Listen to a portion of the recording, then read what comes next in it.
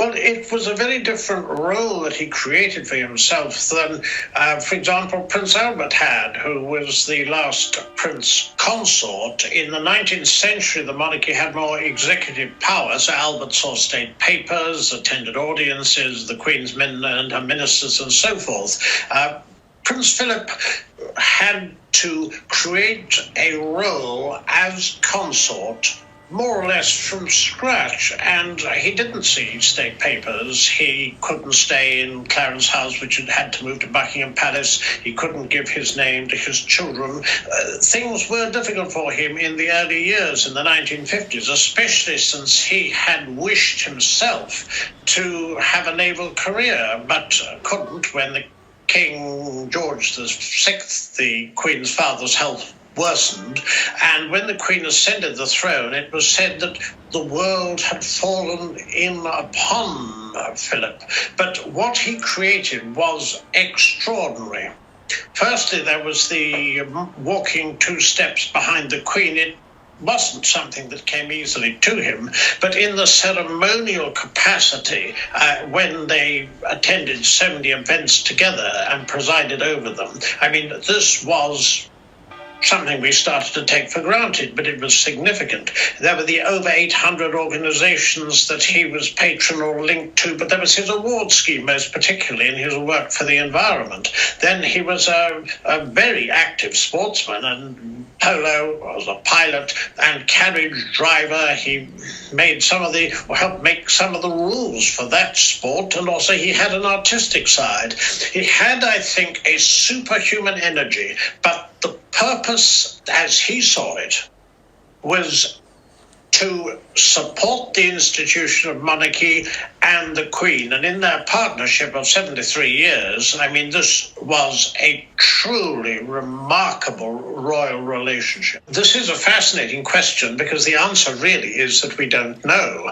We do know that on days they weren't together, they always spoke. We know also that he was a modernizer in some respects, but a traditionalist in others. On the other hand, there's no question whatsoever that as somebody who he was, so to speak, the head of the family, he was somebody also who was very colourful. He could be abrasive, and he was always challenging. There's no doubt that he was particularly close to Princess Anne. His relationship with Prince Charles, he sent Prince Charles to Cheam and Gordonston, where he himself, having had a difficult upbringing, had thrived, and he always said he got on with it. Charles was more sensitive, and the relationship has had ups and downs. But I think Charles will also be deeply saddened by what has happened because he saw the immense body of work that his father had done, and also the fact that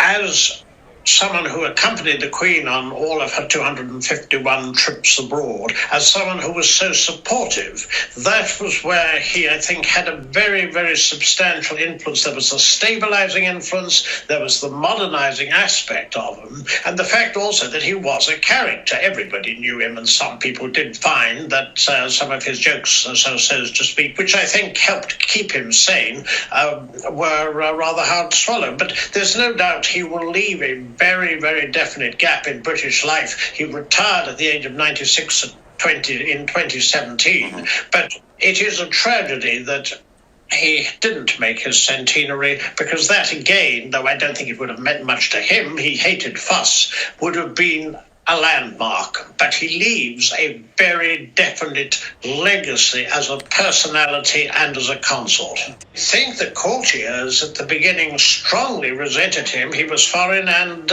also they thought somewhat ambitious. I think that the Queen Mother is supposed to have felt that, again, Prince Philip was rather close to his uncle Lord Mountbatten. It was Lord Mountbatten who'd arranged the 1939 meeting at Dartmouth Naval College when she met Princess Elizabeth, and she, at 13, had eyes for no one else since. The public saw a certain persona. He was the Iron Duke. He was a colourful figure. He joked that he was the world's most experienced plaque unveiler, than thousands of speeches, of trips abroad and so forth. But these are statistics.